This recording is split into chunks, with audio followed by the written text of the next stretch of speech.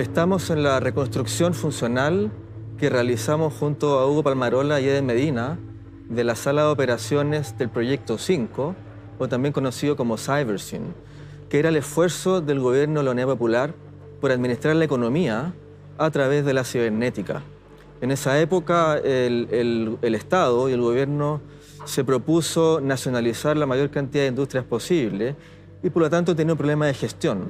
¿Cómo gestionar todas esas industrias? Y para eso entonces Fernando Flores en ese minuto contactó al cibernético británico Stanford Beer, con quienes empezaron a diseñar y a pensar el Cybersyn, que sería la manera de poder administrar lo más eficientemente y en tiempo real la información relativa a estas industrias y por lo tanto al desempeño de la economía del país.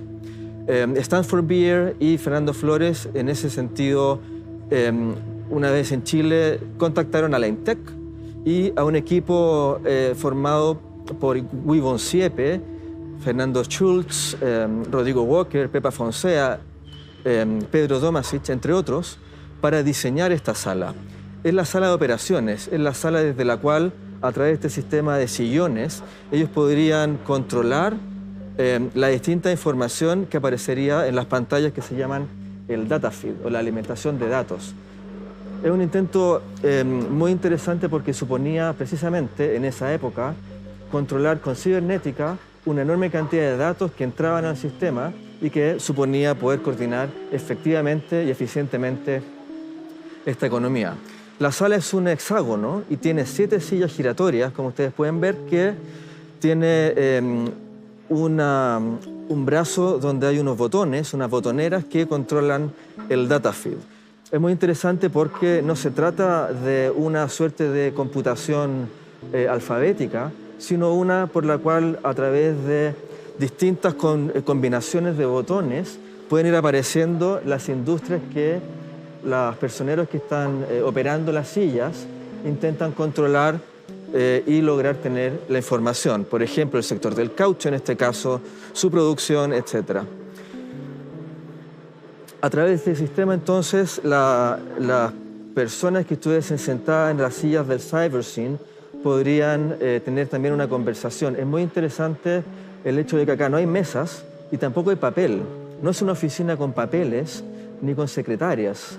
Es una oficina que tiene a la gente directamente interactuando con la información a través del uso de las botoneras. Una silla que además, si ustedes se fijan, tiene un cenicero y un apoyavaso para que la gente pudiese sentarse y tener una conversación. Stanford Beer estaba muy interesado, de hecho, en teorías de la comunicación, incluso las teorías de Humberto Maturana y Francisco Varela, y la noción de una sala de reuniones que incluso es un club social, es un British pub, es un club inglés desde el cual ellos se podían sentar y a través de una conversación discutir la operación de la economía utilizando estos botones que tenían un correlato y una correlación con la forma como lo articulaban en las pantallas. Ahí hay un modelo que es bien interesante, es un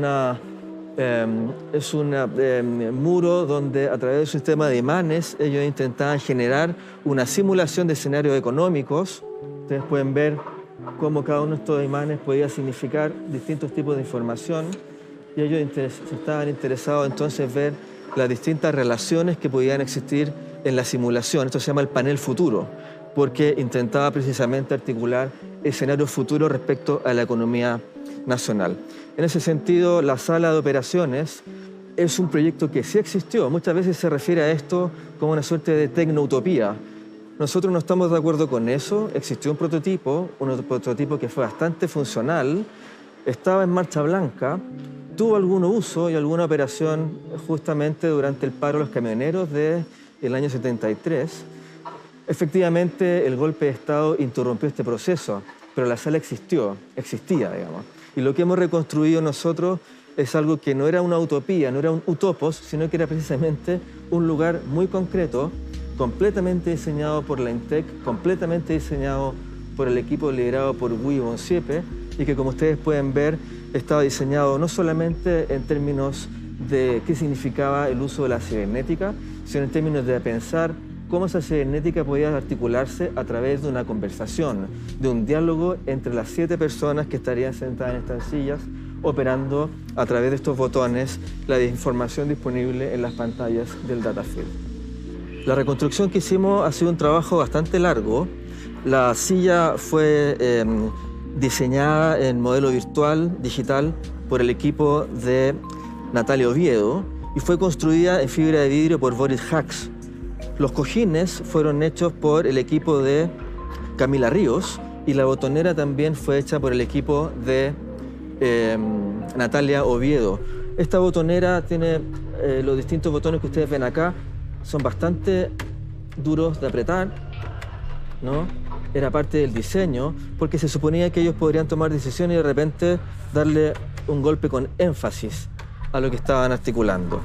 Esta correlación de formas geométricas conecta con las formas geométricas que están en la pantalla del data feed.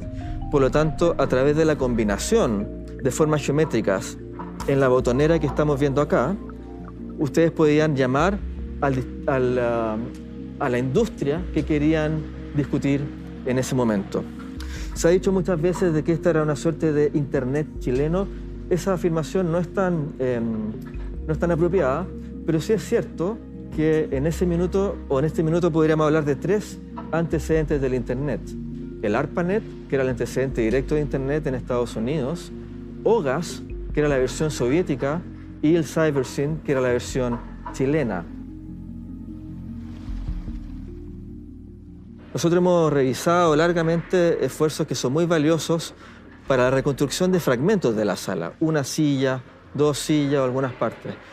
Pero nos parecía muy importante para esta exposición reconstruirla completa, hacer el esfuerzo de construcción completo de la sala, porque efectivamente es un sistema funcional y operativo que no se puede separar en partes. Esa articulación entre silla, pantalla, muro, geometría, la articulación de las sillas, arma un sistema que nos parecía muy importante de mostrar a la audiencia de la exposición. Hay que pensar que estamos en una época pre-computadores portátiles, ¿no? Una época pre-digital, si ustedes quieren, y por lo tanto muchas de estas visualizaciones de información pasaban por un sistema análogo. En la reconstrucción de la sala ustedes pueden escuchar el sonido de una diapositiva.